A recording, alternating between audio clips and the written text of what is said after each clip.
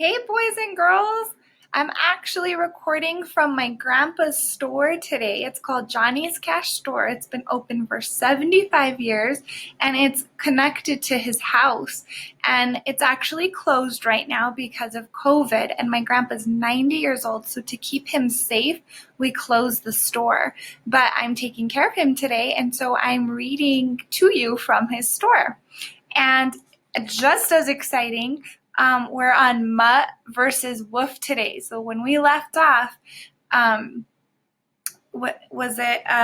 Bob was face to face with the wolf because everything had gone crazy at the zoo because of the storm. So animals were free, and now all of a sudden, Bob is face to face with the wolf. So here we go.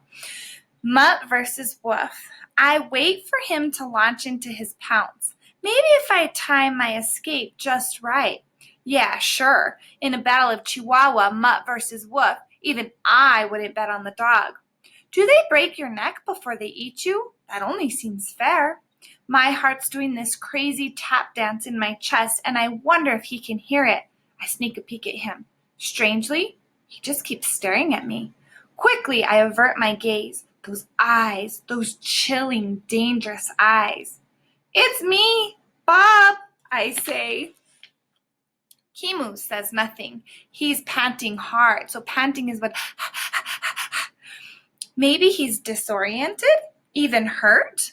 I try to speak again. My voice seems to be hiding somewhere deep in my throat. Another try. Kimu? He blinks. Are you all right? No response. Anyone else hurt? I ask. This time he seems to hear me. I don't know. His voice is a low whisper. Can I help? I ask, really hoping that the answer is no. Suzu, I can't find her. All right then, I say. I'll take a look. I poke around a bit, careful not to get too close to Kimu. A sour smell pours off him like sweat off a human.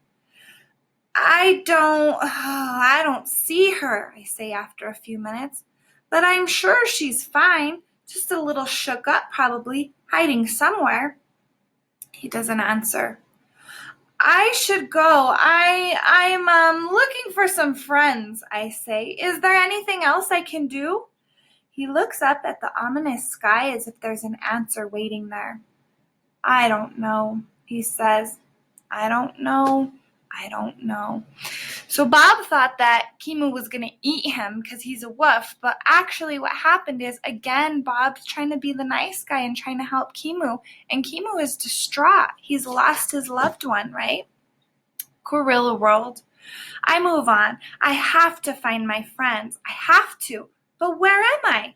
I leap over another mangled signpost with bent arrows.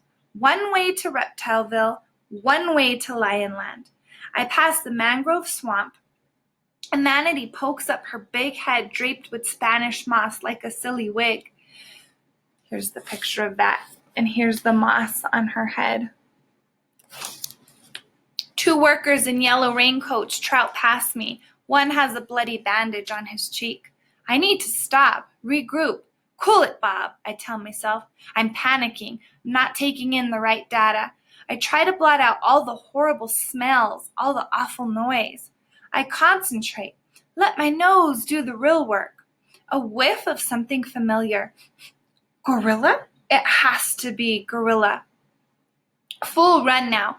I cut my back left paw on a shard of glass. Trip. Fall hard on my nose, and I cut it too. Dripping blood, I carry on. Find them.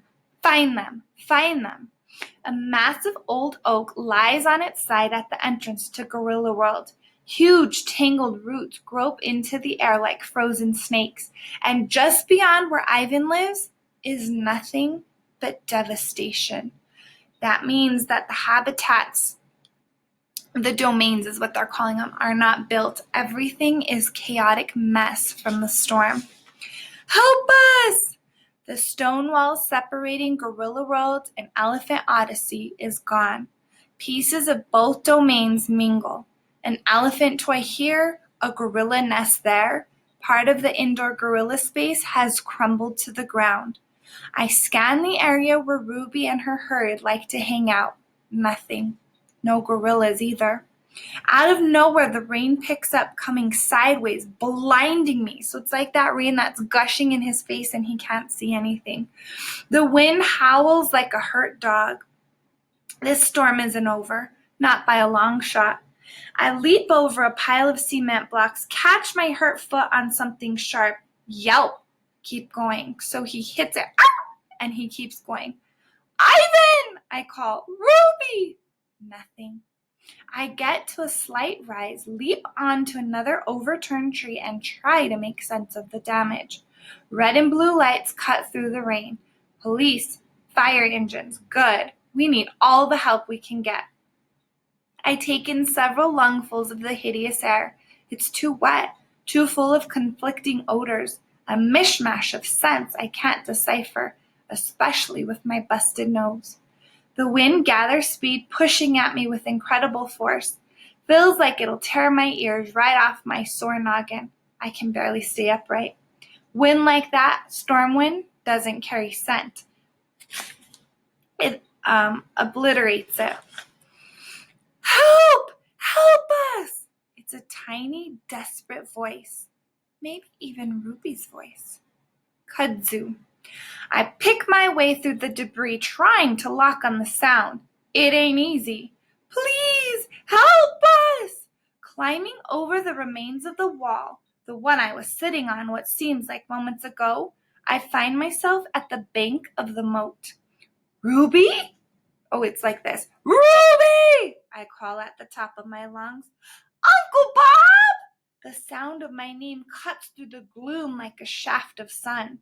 Ruby runs to the opposite edge of the water. She's maybe 8 feet away, but I can barely make her out in the torrential rain. You stay there, I yell, trying to be heard over the wind. I'll come to you. I follow the bank until I come to a spot where several chunks of wall have tumbled into the water. 3 careful leaps and I'm across. Ruby runs to greet me.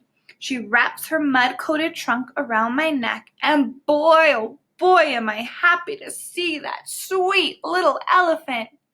You hurt, Ruby? I ask. Is everyone all right? Ruby sniffles. Yes, but come quick. She dashes off before I can ask anything more. 5 of Ruby's aunts stand by the elephant's side of the moat. Each one has her trunk plunged deep in the dark, muddy water. They look like a bunch of kids trying to find a lost toy in a swimming pool. It's almost funny until I see what they're reaching for. What do you think they're reaching for? A baby gorilla is in the moat. The tiny gal keeps grabbing for a trunk to hold on to, then slipping free. Her terrified screeches fill the air. It's Kudzu, Ivan's favorite. So the baby gorilla is now stuck in the moat. And all those elephants are with their trunks in trying to get her out, but the baby gorilla keeps slipping into the moat. Let's see. An idea. I'm going in, says Masika, one of the younger aunts. Might make things work, Akilo cautions. Displace the mud, pull her down toward the bottom. I could go in, I suggest. Oh, wait, I could go in, I suggest, the words popping out before I can swallow them. It's more mud than water, Bob. Akilo shakes her head. You'll get as stuck as Kudzu. I don't exactly argue the point. I've got an idea, comes a small voice.